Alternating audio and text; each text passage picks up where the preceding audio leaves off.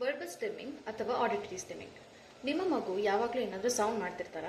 ಹಮ್ ಮಾಡೋದು, ಹಾಡಾಡೋದು, ಅಥವಾ ಒಂದು ಸ್ಪೆಸಿಫಿಕ್ ಕಾರ್ಟೂನ್ ಅಥವಾ ಚಾನೆಲ್ ಪ್ರೋಗ್ರಾಮ್ನಿಂದ ಸ್ಪೆಸಿಫಿಕ್ ಡೈಲಾಗ್ಗಳನ್ನು ಮತ್ತೆ ಮತ್ತೆ ಹೇಳೋದು, ಇದನ್ನು ವರ್ಬಲ್ ಸ್ಟಿಮ್ಮಿಂಗ್ ಅಂತ ಹೇಳ್ತೀವಿ.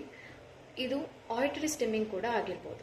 ಯಾಕಂದರೆ ಮಗು ಸೌಂಡ್ ಮಾಡೋದು ಎರಡು ಇನ್ಪುಟ್ ಕೊಡುತ್ತೆ. ಒಂದು ಓರಲ್ ಇನ್ಪುಟ್, ಇನ್ನೊಂದು ಆಡಿಟರಿ ಇನ್ಪುಟ್. ಓರಲ್ ಇನ್ಪುಟ್ ಮಗು ಸೌಂಡ್ ಮಾಡ್ತಾ ಇರಬೇಕಾದಾಗ ಬಾಯ್ ಆಡಿಸ್ತಾ ಇರುವ ಒಂದು ಸೆನ್ಸೇಷನ್ ಓರಲ್ ಇನ್ಪುಟ್ ಕೊಡುತ್ತೆ. ಆಡಿಟರಿ ಇನ್ಪುಟ್ ಮಗು ಇಷ್ಟಪಟ್ಟು ಕೇಳುವ ಸೌಂಡ್ಸ್ ಅಥವಾ ಮ್ಯೂಸಿಕ್ನ ಪದೇ ಪದೇ ಕೇಳುವಾಗ ಅದು ಒಂದು ಪ್ಯಾಸಿಫೈಯಿಂಗ್ ಹಾಗೂ ಕಾಮಿಂಗ್ ಸೆನ್ಸೇಷನ್ನ ಕೊಡುತ್ತೆ. ಮೊದಲು ನಿಮ್ಮ ಮಗು ಯಾವ ಇನ್ಪುಟ್ಗೋಸ್ಕರ ಸೌಂಡ್ಸ್ ಮಾಡ್ತಾ ಇದ್ದಾರೆ ಅನ್ನೋದನ್ನ ಐಡೆಂಟಿಫೈ ಮಾಡಬೇಕು. ಆಡಿಟರಿ ಇನ್ಪುಟ್ಗೋಸ್ಕರ ಮಾಡ್ತಾ ಇದ್ದಾರೆ ಅಂದರೆ ಮಗು ಹಾಡೋದನ್ನ ಅಥವಾ ಹೇಳುವ ಡೈಲಾಗ್ಸ್ಗಳನ್ನು ಫೋನಲ್ಲಿ ರೆಕಾರ್ಡ್ ಮಾಡ್ಕೋಬೇಕು.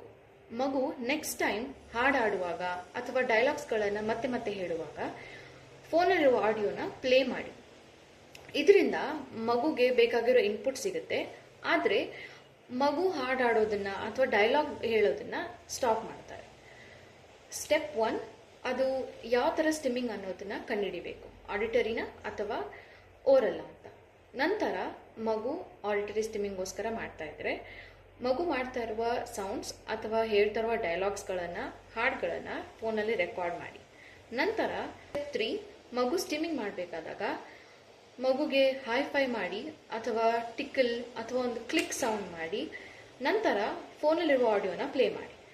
ಮಗು ಮಾಡ್ತಾ ಇರುವ ಸ್ಟಿಮ್ಮಿಂಗ್ನಿಂದ ರೀಡೈರೆಕ್ಟ್ ಮಾಡಿ. ಇನ್ನಷ್ಟು ಪ್ರಾಕ್ಟಿಕಲ್ ಇನ್ಫಾರ್ಮೇಷನ್ಗಳಿಗೆ ಮತ್ತು ವರ್ಬಲ್ ಸ್ಟಿಮ್ಮಿಂಗ್ ಆಗಿ ನಮ್ಮನ್ನು ಫಾಲೋ ಮಾಡಿ.